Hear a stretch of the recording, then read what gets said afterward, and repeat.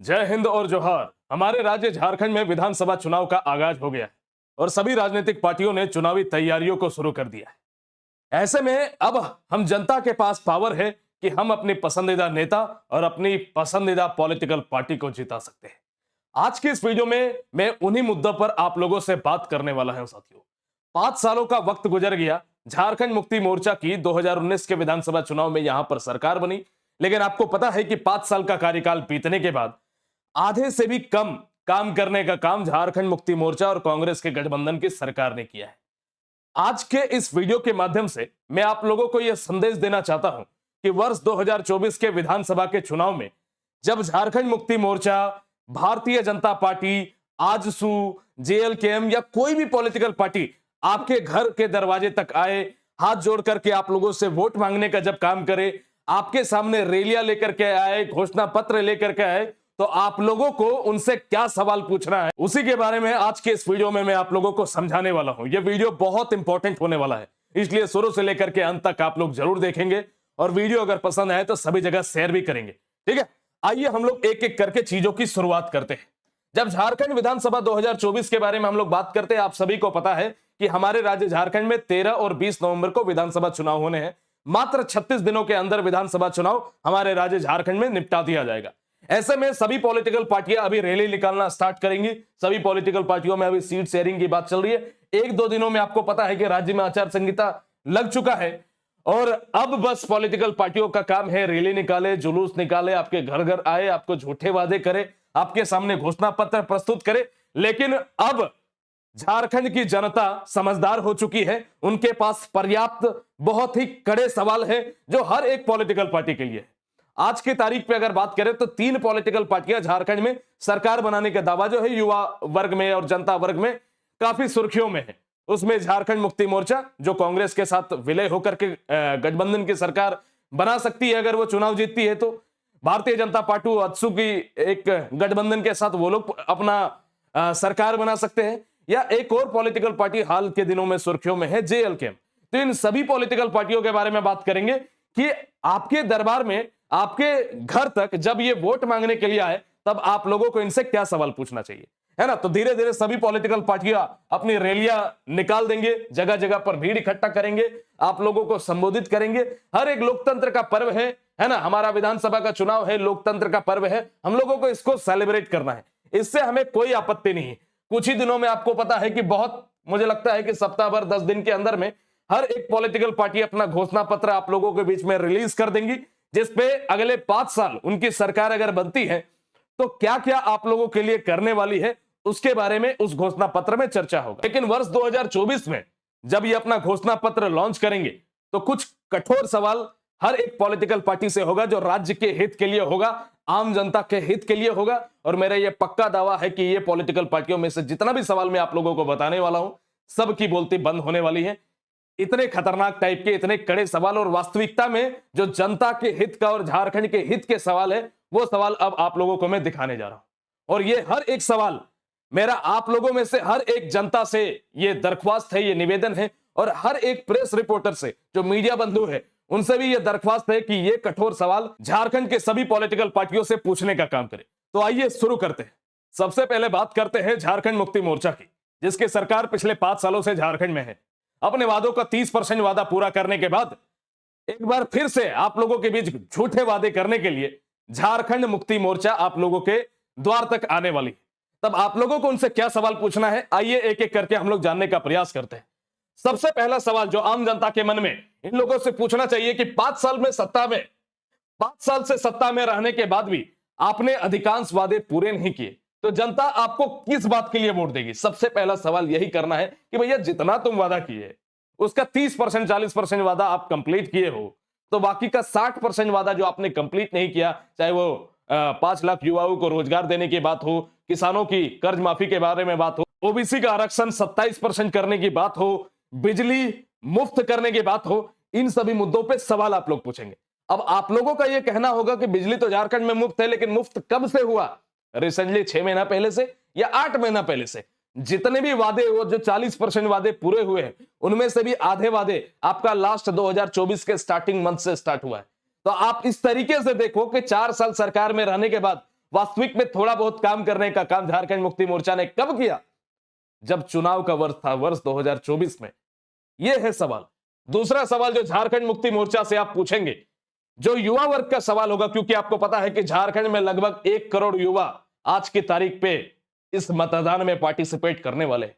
ये 1 करोड़ युवा में से हर एक युवा नाराज है झारखंड में होने वाले एग्जामिनेशन में धांधली को लेकर के, झारखंड की परीक्षाओं में होने वाली गड़बड़ियों को लेकर के। जिस प्रकार से झारखंड के नौकरियों को बाहर के छात्रों को बेचा जा रहा है, आज आपने देखा कि ये जो अंतिम नियुक्ति पत्र झारखंड मुक्ति मोर्चा ने बांटने का काम किया, उसमें से 150 छात्र केवल राजस्थान से सेलेक्ट हो गए। आप समझो कि 60-40 की नीति होने के बावजूद जो 40% सीट जनरल कैटेगरी के लिए है, झारखंड के जनरल बच्चों के लिए है, उनमें से मैक्सिमम सीट अदर स्टेट के बच्चे ले जा रहे हैं। ये कैसे हो रहा है? क्या इसके जांच पड़ताल नहीं होनी चाहिए? झारखंड में परीक्षाओं में गड़बड़ी होता है, लेकिन जब एसआईटी टीम को यहां की सरकार के द्वारा बनाया जाता है, उनके द्वारा किसी भी तरह के ढंग की कार्रवाई हमें दिखाई नहीं पड़ती। हम लोग डिमांड करते रह जाते हैं सीबीआई की मांग की, सीबीआई जांच की मांग की, लेकिन यहां की सरकार बिल्कुल चुप रह जाती है। तो दूसरा सवाल हमारा यही होगा कि जेएसएससी सीजीएल का पेपर लीक के बाद परीक्षा रद्द करेगी या नहीं करेगी झारखंड मुक्ति मोर्चा की सरकार? यह सबसे पहला सवाल हमारा होगा। अगर आप रद्द करने के लिए अगर किसी भी तरीके का सवाल घुमा फिरा के जवाब इसमें आता है, तो पूरी तरीके से युवा वर्ग का और खासकर जेएसएससी सीजीएल की परीक्षा में बैठने वाले एक भी छात्र का वोट जो है झारखंड मुक्ति मोर्चा को नहीं जाने वाला है। इसके बाद हमारा सवाल होगा पीजीटी का कट ऑफ की जांच क्यों नहीं हुई? आपको पता है कि झारखंड में 99% कट ऑफ गया है एक एग्जामिनेशन में, तो उसके कट ऑफ की जांच आज तक क्यों नहीं हुई? उनको नियुक्ति पत्र दे दिया गया। नगर पालिका के रिजल्ट में क्या घोटाला हुआ, उसका जांच आज तक नहीं हुआ। झारखंड पुलिस का सिलेबस दूसरे राज्य के छात्रों को सुविधा देने के लिए बनाया गया। झारखंड पुलिस के सिलेबस में झारखंड जीके नाम का शब्द ही नहीं था। ऐसा सिलेबस बनाया गया ताकि ज्यादा से ज्यादा अदर स्टेट के बच्चे नियुक्ति को लेकर के चले जाए। अब आपका कहना यह होगा, शिक्षक होने के नाते आप अदर स्टेट के छात्रों को बोल रहे नहीं, मैं अदर स्टेट के छात्रों से हमें कोई समस्या नहीं है। आज की तारीख पे हजारों ऐसे बच्चे हैं जो हमारे ही प्लेटफॉर्म से अदर स्टेट से पढ़ते हैं, लेकिन मेरा कहना यह है कि हर एक राज्य में वहां के राज्य की युवाओं की प्रथम प्राथमिकता होती है। बिहार में बिहार के बच्चों की प्रथम प्राथमिकता है, झारखंड में झारखंड के बच्चों को नियुक्ति लेने का प्रथम प्राथमिकता होना चाहिए। बिहार वहां के बच्चों को ध्यान में रख करके सिलेबस डिजाइन करे और झारखंड के बच्चों को, झारखंड सरकार झारखंड के बच्चों को ध्यान में रख करके सिलेबस को डिजाइन करना चाहिए। तीसरा सवाल, 100% स्थानीय लोगों को नौकरी देने का वादा करके आपकी नियमावली तो 40% सीट दूसरे राज्य के छात्रों को नियुक्ति देने वाली है। सबसे अंतिम नियुक्ति जो रिसेंट में हुआ, उसमें से 150 बच्चे सिर्फ एक राज्य यानी कि राजस्थान से नियुक्त हो गए। वो कैसे नियुक्त हुए? कितनी बड़ी विडंबना की बात है। आप समझिए कि उन बच्चों का चेहरा देख करके पता चल रहा है कि भैया कुछ तो गड़बड़ है, कुछ तो घोटाला है। राजस्थान के बच्चों वालों को वीडियो क्लिप आप लोगों ने देखा होगा, नहीं देखा होगा तो मैं टेलीग्राम में भेज दूंगा, डिस्क्रिप्शन में लिंक है, ज्वाइन कर लो। आगे बढ़ते हैं। इस बात की क्या गारंटी है कि विधानसभा चुनाव 2024 के सारे वादे आप अपने अगले 5 साल में पूरे कर देंगे? क्योंकि भैया 2019 में झारखंड मुक्ति मोर्चा ने जितने भी वादे किए उसमें अधिकांश वादों को पूरा नहीं किया। तो इस बात की क्या गारंटी है कि आप 2024 में जो वादे करेंगे उन वादों को पूरा करेंगे? कैसे भरोसा आप दिलाएंगे हमारे झारखंड की जनता को? भरोसा दिलाने का कोई तरीका है आपके पास? नहीं है। एक ही तरीका है पैसे देकर के वोट लेने का, और जो पूरी तरीके से फ्लॉप हो रहा है। मैं आपको बता रहा हूं कैसे। आगे बढ़ते हैं। मैया सम्मान योजना में हमारे टैक्स का पैसा बांटने का अधिकार आपको किसने दिया? इस योजना से राज्य की अर्थव्यवस्था को नुकसान की भरपाई कैसी होगी? मैया सम्मान योजना में मैंने आपको बताया कि अब 12.5 अरब रुपया एक महीने में यहां की राज्य सरकार खर्च करने वाली। झारखंड की अर्थव्यवस्था की कमर टूट जाएगी। 12.5 अरब रुपया हर महीने। जब झारखंड की अर्थव्यवस्था पर प्रभाव कितना पड़ेगा आप समझिए कि 12.5 अरब रुपया सरकारी खजाने से हमारे और आपके द्वारा, आम जनता के द्वारा जो टैक्स का पैसा है उसको यूं ही खर्च कर देगी झारखंड सरकार। इस बात में कोई दोहराई नहीं है कि इनमें से बहुत हद तक पैसा जो है सुविधा गरीब महिलाओं को भी जाएगा, लेकिन इस तरीके से मुफ्त में आप पैसों को नहीं बांट सकते। राज्य के कल्याण के लिए आप काम कर सकते थे। इसी पैसे में बच्चों की शिक्षा अच्छी हो जाती, अस्पताल अच्छे हो जाते, स्वास्थ्य अच्छा हो जाता, रोजगार के अवसर उपलब्ध हो जाते, बहुत कुछ किया जा सकता था। अरे जो वास्तविक गरीब है, जो गरीबी रेखा के नीचे है, जिनका जीवन यापन नहीं हो पा रहा है, जो फुटपाथ में आज के डेट पे सो रहे हैं, जिनका अपना घर नहीं है, अपना दरबार नहीं है, उन लोगों की अगर मदद हो जाती इन्हीं पैसे से तो लोग खुश होते। इस मैया योजना के तहत बहुत सारी ऐसी महिलाओं को भी पैसा जा रहा है जिनको वास्तविकता में जरूरत नहीं है। मैया योजना इस तरह का जो मुफ्त में रेवड़ी बांटने का जो योजना है, ये सिर्फ और सिर्फ हर एक राज्य की अर्थव्यवस्था का बेड़ा गर्क करने का काम करेगी। आपको इक्वली हर किसी को ट्रीट करना चाहिए, ना ही एक महिला वर्ग को। महिलाओं के बारे में आप लोग कीजिए, बहुत अप्रिशिएबल है, लेकिन वृद्धों के बारे में, बच्चों के बारे में, गरीबों के बारे में, युवाओं के बारे में, बेरोजगारों के बारे में आप पूरी तरीके से उनको इग्नोर कर दे रहे हैं और सिर्फ आप कहते हैं कि मैया सम्मान योजना के तहत हमें वोट दे दे, तो ये बहुत गलत होगा। इसके लिए तो जवाब देना पड़ेगा कि हमारे बाकी बंधुओं के लिए आप क्या करेंगे, हमारे टैक्स का पैसा आप किसकी मर्जी से इन सभी योजनाओं में आप खर्च कर सकते हैं। छठा जो सवाल होगा झारखंड मुक्ति मोर्चा से, जो आप लोगों को पूछना है कि केवल मैया सम्मान योजना ही क्यों, राज्य में युवा, बच्चे, वृद्ध, विकलांग, गरीब, बेरोजगार, इनके लिए क्या योजनाएं हैं आप लोगों के पास, इनके लिए क्या करने वाले हैं आप अगले 5 साल? ये छठा सवाल आप लोगों का झारखंड मुक्ति मोर्चा से होना चाहिए। सातवां सवाल जो आप झारखंड मुक्ति मोर्चा से पूछेंगे कि झारखंड के विकास के लिए अगले 5 साल का मॉडल आपके पास क्या है? इनके पास कोई स्ट्रैटेजी नहीं है कि हमारे राज्य का विकास कैसे होगा, इनके पास कोई प्लानिंग नहीं है कि हमारे राज्य की उन्नति कैसे होगी।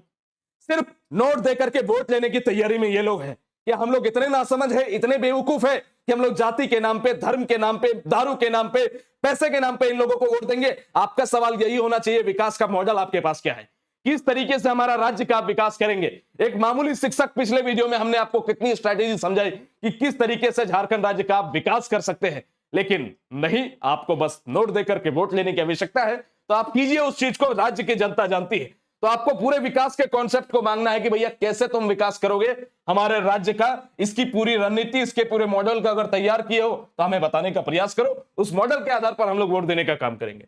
आठवां है, हेमंत सोरेन स्वयं को आदिवासी का नेता कहते हैं। आपको पता है कि झारखंड में लुगुबुरु संथावाड़ी नाम करके एक पहाड़ी है, एक तीर्थ स्थल है जो संथालों का कहा जाता है कि वहीं से उत्पत्ति हुई थी, वो संथालों के सबसे बड़े देवता वहां पर निवास करते हैं। झारखंड में एक और तीर्थ स्थल है, आपको पता है, समेत शिखर, पारसनाथ पहाड़ जिसे हम लोग कहते हैं।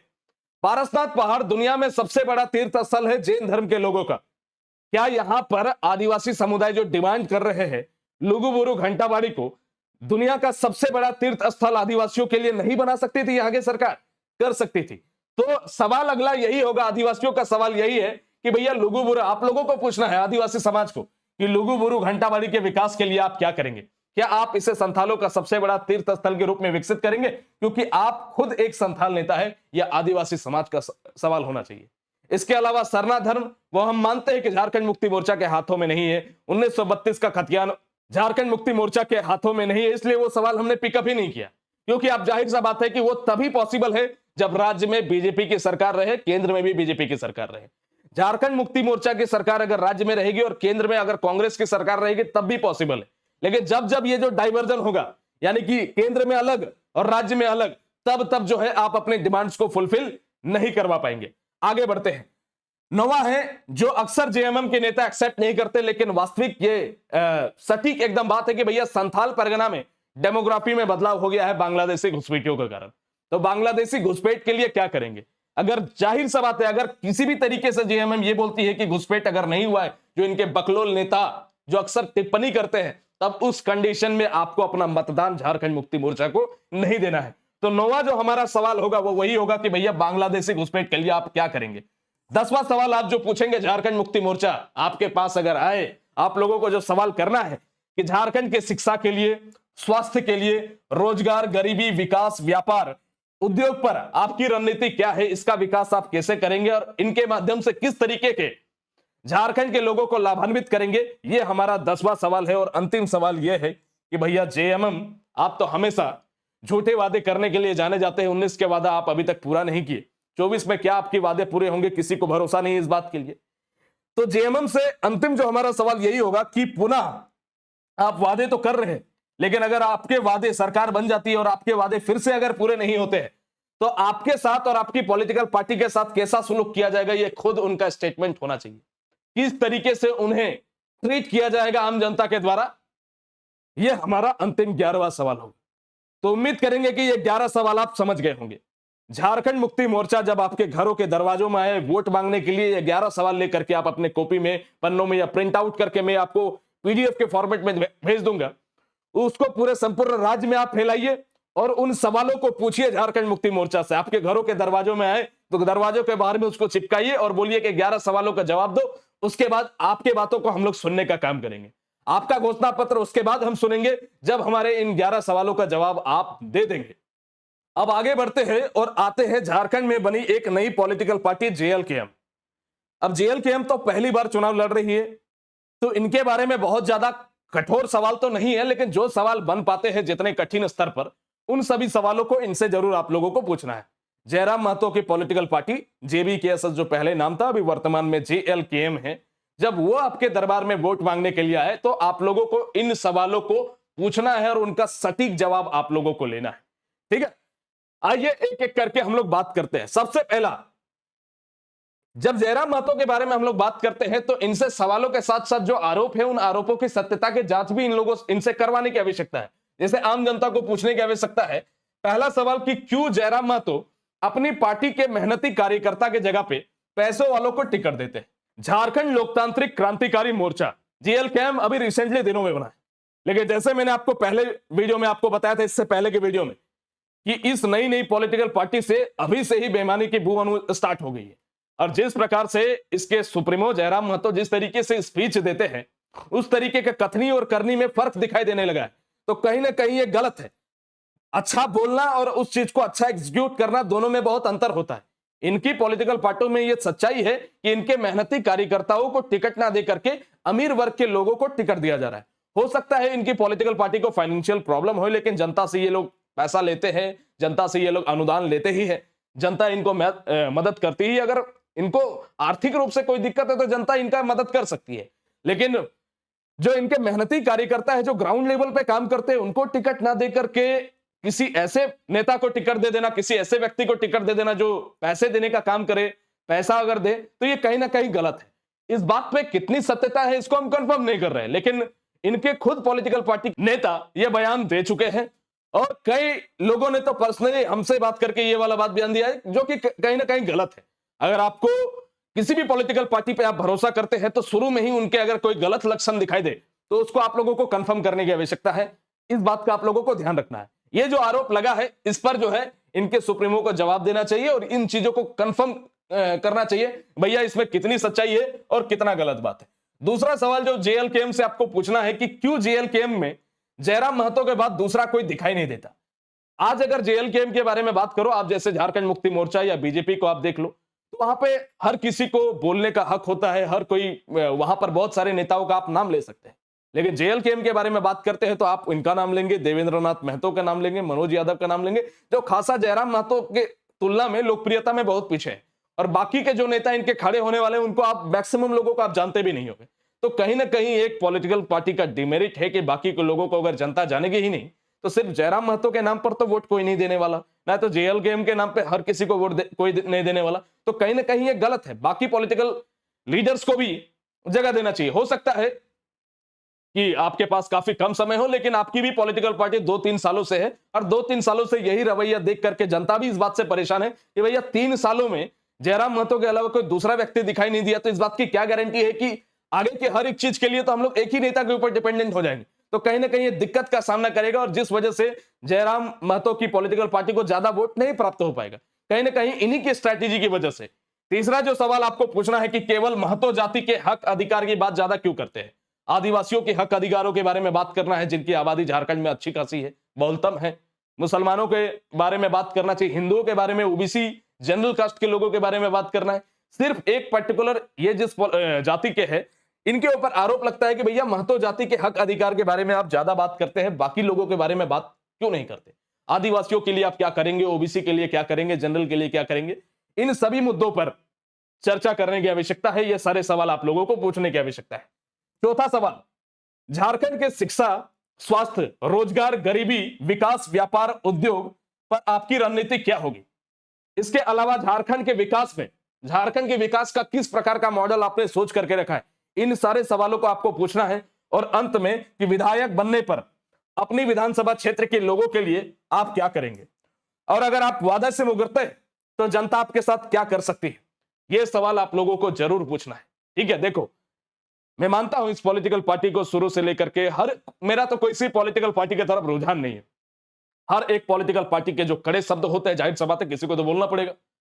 आप अपने राज्य का विकास देखोगे ना, आप चमचागिरी करोगे किसी पॉलिटिकल पार्टी का। आप खुद बताओ, आपके लिए एक राज्य प्यारा होना चाहिए। पार्टियां आती है, सरकारें आती है, जाती है, लेकिन ये राज्य होना चाहिए, ये लाइंस आपने अटल बिहारी वाजपेयी के मुंह से सुन रखा है। वो देश के संदर्भ में था, हम राज्य के संदर्भ में बात कर रहे हैं।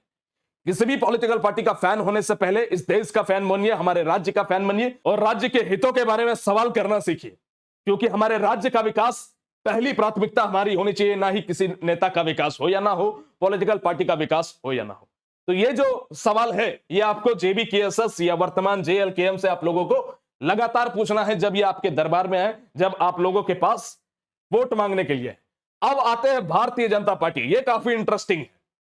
अब जब हमने जेएमएम की आलोचना कर दी, जब जेएलकेएम की थोड़ी आलोचना कर दी, यार आलोचना नहीं है इसको, अगर आप सही तरीके से देखेंगे, एक व्यक्ति अगर सही तरीके से देखेगा तो इसको आलोचना आप नहीं कहेंगे, इसको आप कहेंगे वास्तविकता में एक झारखंडी होने का असली पहचान, कि आप झारखंड के हितों के बारे में बात कर रहे हैं।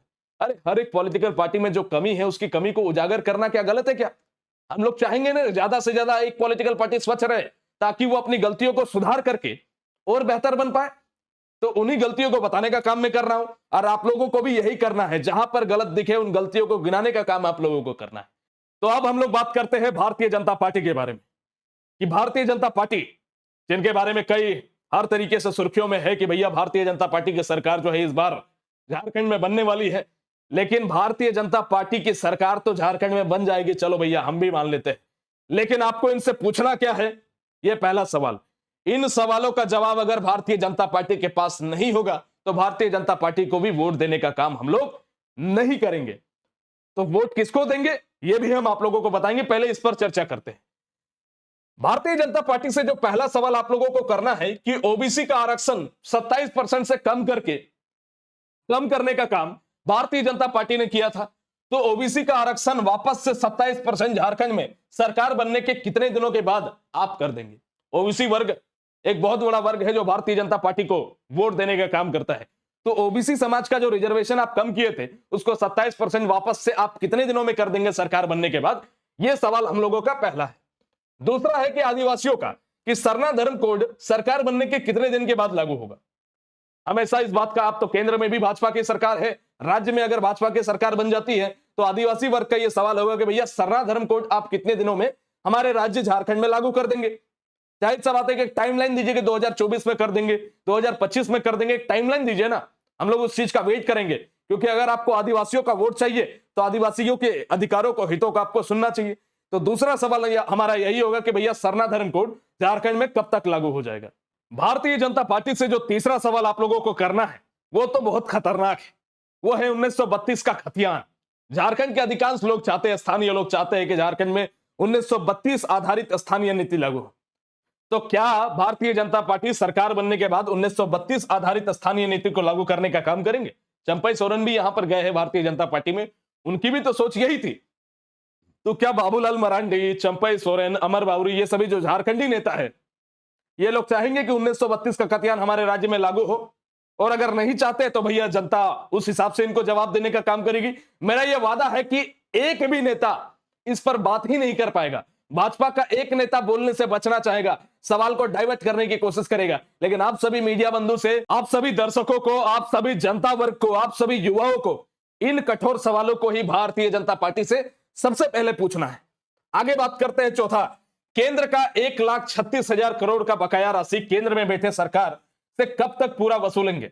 अरे भैया राज्य में भाजपा की सरकार बन जाएगी, केंद्र में भाजपा की सरकार है, 1,36,000 करोड़ बकाया राशि है हमारा केंद्र का। उस बकाया राशि को भारतीय जनता पार्टी अभी केंद्र में है, तो कब तक लौटाने का काम करेंगे आप?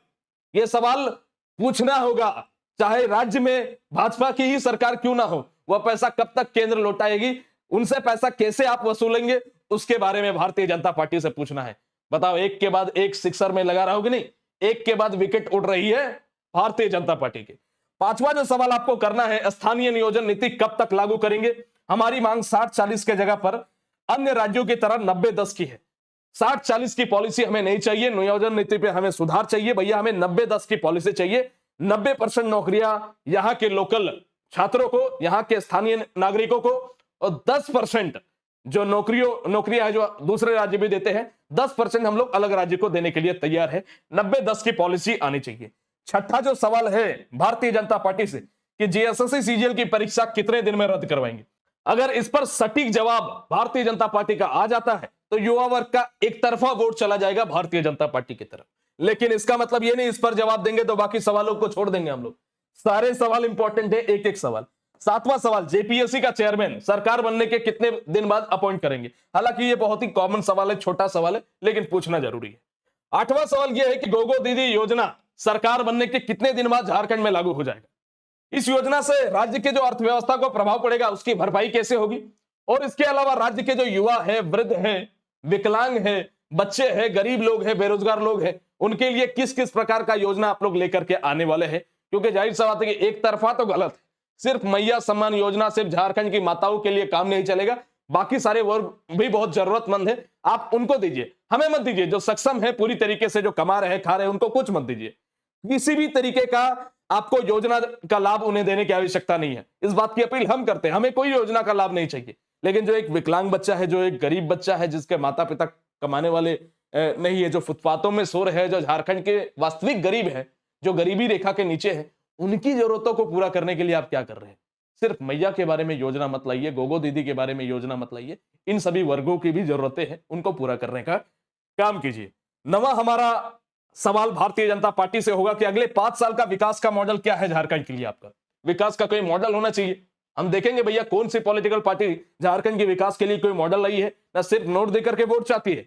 5 साल आपको लड्डू खाने के लिए हम यहां पर तो नहीं लाने वाले हैं भाई। अगले 5 साल झारखंड का क्या विकास आप करने वाले हैं, यह सवाल हम आपसे पूछेंगे।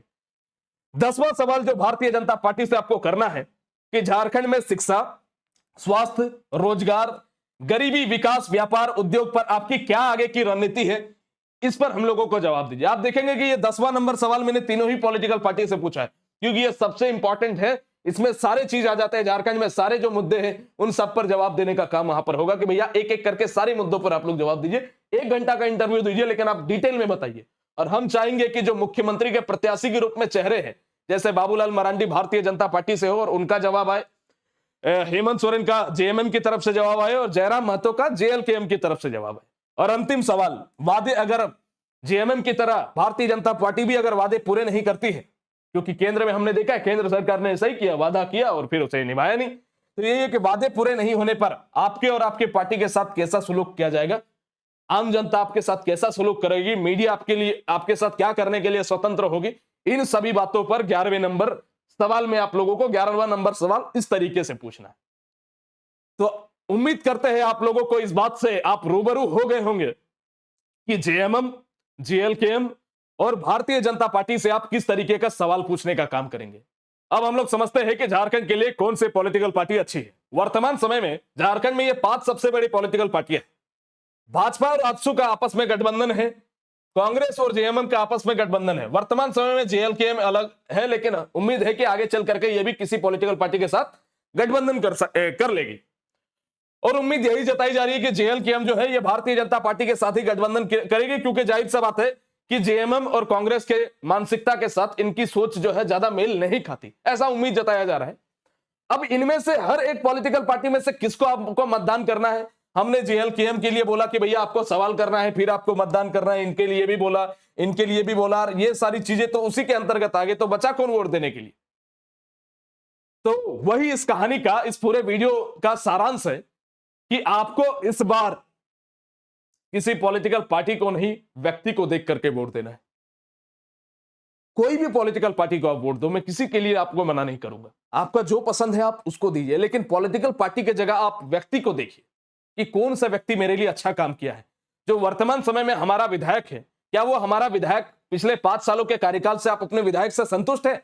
अगर आप संतुष्ट है तो दोबारा से उन्हें वोट दीजिए, और अगर आप संतुष्ट नहीं है, जाति के आधार पर, पैसे के आधार पर अगर आप वापस से वोट दे रहे हैं, तो आपसे बड़ा मूर्ख कोई नहीं हो सकता। तो बस एक छोटा और सिंपल जवाब इसका हो सकता है कि अगर आपके क्षेत्र में विधायक ने अच्छा काम किया है तो उसको वापस से वोट देकर के जिताना है, और अगर नहीं किया है तो उसको हराना है, और वही तय करेगा कि भैया झारखंड में किसकी सरकार बनेगी। तो वर्तमान परिप्रेक्ष्य में किसको आप वोट करेंगे, इसके बारे में हम एक बात पे कंफर्म हम करना चाहते हैं कि जेएमएम और कांग्रेस को छोड़ करके आप किसी भी पॉलिटिकल पार्टी को वोट करो, मुझे इस बात से कोई आपत्ति नहीं है। जेएमएम को आप नहीं करें, क्योंकि पिछला 5 साल और हम किसी पॉलिटिकल पार्टी से नहीं है, इसके लिए हम पहले ही आपको पूरे वीडियो देख करके ही आपको समझ में आ गया होगा, क्योंकि हमने तीनों ही पॉलिटिकल पार्टी की आलोचना किया। हम किसी पार्टी से अगर रहेंगे जो लगता है कि कभी अगर हम जेएमएम के अच्छे बातों को बोल दिए तो हमें जेएमएम का प्रवक्ता बता देंगे, भाजपा का अच्छा बात बोले तो भाजपा का प्रवक्ता बता देंगे, जेएलकेएम का अच्छा बात बोले तो इनका प्रवक्ता आप बता देंगे। लेकिन वास्तविकता यह है कि कुछ लोग किसी नेता से, किसी पॉलिटिकल पार्टी से जुड़े होने से काफी ऊपर होती है उनकी सोच। 2 कौड़ी के जो ये नेता होते हैं, विधायक होते हैं, मंत्री होते हैं, मैं इन्हें 2 कौड़ी का समझता हूं। क्योंकि एक ईमानदार व्यक्ति होना और अपने राज्य के लिए, अपने देश के लिए प्रेम होना, यह अपने आप में एक बहुत बड़ी उपलब्धि है। एक नेता जैसा छोटी सी उपाधि, एक कार्यकर्ता, प्रवक्ता जैसा छोटी सी उपाधि हम जैसे लोगों के लिए बहुत छोटी प्रतीत होती है। हम लोग देशभक्त होके, अपने राज्य के प्रति समर्पित होके, इतनी उपाधि हमारे लिए काफी है। और 100 बात की एक बात कि कुछ लोग किसी पॉलिटिकल पार्टी से जुड़े हुए नहीं होते, वो देश के लिए काम करते हैं, अपने राज्य की मिट्टी के लिए काम करते हैं। उनका समर्पण यही रहता है, उनकी आवश्यकता यही होती है कि उनके राज्य का विकास हो, ना कि किसी नेता की चापलूसी करने का। इन नेताओं से हमें क्या मतलब? हम अपनी मेहनत की बदौलत अपना मुकाम बनाना जानते हैं। किसी भी पॉलिटिकल पार्टी से जुड़ाव रखने की उसके लिए आवश्यकता नहीं है। तो आप भी किसी पॉलिटिकल पार्टी के भक्त बनने की जगह अपने राज्य के वास्तविक जरूरतों के बारे में आवाज उठाना सीखिए, और इनमें से हर एक सवाल आप लोग इन पॉलिटिकल पार्टियों से पूछिए। उम्मीद करते हैं कि यह वीडियो आप लोगों को पसंद आई होगी। इन्हीं सभी बातों के साथ इस सेशन को हम लोग खत्म करते हैं। अगर यह वीडियो आपको पसंद आया होगा तो सभी लोगों के साथ पूरे झारखंड में इसे फैलाने का काम कीजिए। साथ ही साथ हमारा यह प्रयास अगर आप लोगों को पसंद आता है तो हमारे चैनल को सब्सक्राइब करके इसे और बड़ा करने का प्रयास कीजिए, ताकि मेरी आवाज संपूर्ण झारखंड में ज्यादा से ज्यादा लोगों तक पहुंच पाए। मिलते हैं आप लोगों से अगले वीडियो में। तब तक के लिए सभी को जय हिंद, सभी को झारखंडी जोहार।